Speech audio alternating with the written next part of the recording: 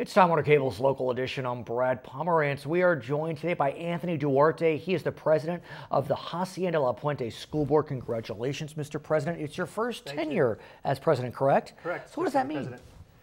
You just take a little bit more of a leadership role in the school district, working with the superintendent and your fellow colleagues on the board, helping set the agenda and some of the priorities of the school district. So how's the school district doing? You know, I think about Hacienda La Puente. It's kind of a tale of two cities. You got some very well-heeled sections, some sections that are more challenged. How y'all doing?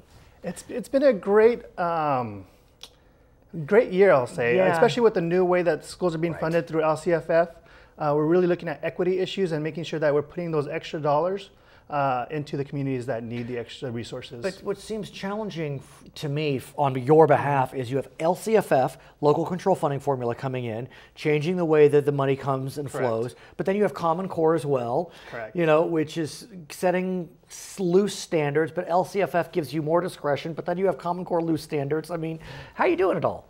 It's a balance. It's a fine balance, and making sure that we're providing professional development and resources for our teachers so we can fully implement Common Core. And we've hit the ground running on that. We created new computer labs at every one of our school sites, bought new computers, and really putting technology in the hands of our students. And at the same time, with local control funding, we're making sure we're bringing more counselors for our students, reducing combo classes so our students have a chance to be more successful in class. And so we're really, as a school board, deciding where those dollars go best instead of the state telling us. And part of LCFF is LCAP, LCAP, which is Local Control Accountability Plan, and that allows stakeholders to tell, I don't want to say this in a kind of aggressive way, but tell you as a board member what they hope to see. And what have they told you? It's been a great process. We've been able to bring community members, parents, former parents, our classified staff, our teaching staff, and administration all together to really come up with the priorities of our district and where they want to see those dollars being spent. Have you seen a theme? Have they said to you, we want more immersion programs, we want more summer school, we want more health classes, art classes? What have they said?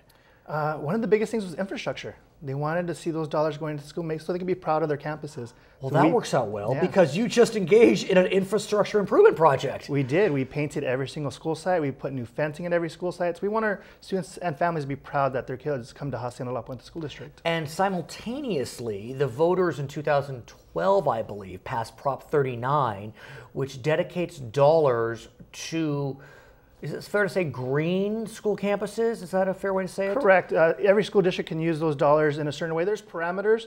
But Hacienda La Puente had actually looked at energy efficiency before Prop 39 passed. So we had shovel-ready projects to go. And so we submitted our energy efficiency plan to the state, and we were the first ones approved, and we were the largest at the time that was approved in the entire state of California. So what happened? We are doing energy efficiency at 6 of our high schools.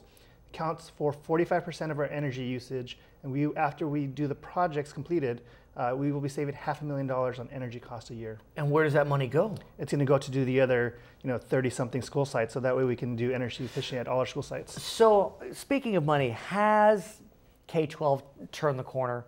A couple of years ago when we were talking, just as you were put on the school board, the funding situation was abominable and very frustrating. Do you feel as if that we have turned the corner? We're heading in the right direction. We're seeing some of the deferrals being paid back. We're seeing a little bit more funding. We're still not at 2007 levels that we're funding our students yet. So we still have a long way to go to fully fund our educational needs for our students, but we're heading in the right direction. And you feel as if that we will see levels return to 2007? I'm not sure. We know that Prop 30 is temporary. That's true. And we really have to plan for the future, especially with the pension costs. You'll come back and talk about those. He is Anthony Duarte. He is the president of the Hacienda La Puente School Board. I'm Brad Pomerance. It's Time Warner Cable's local edition.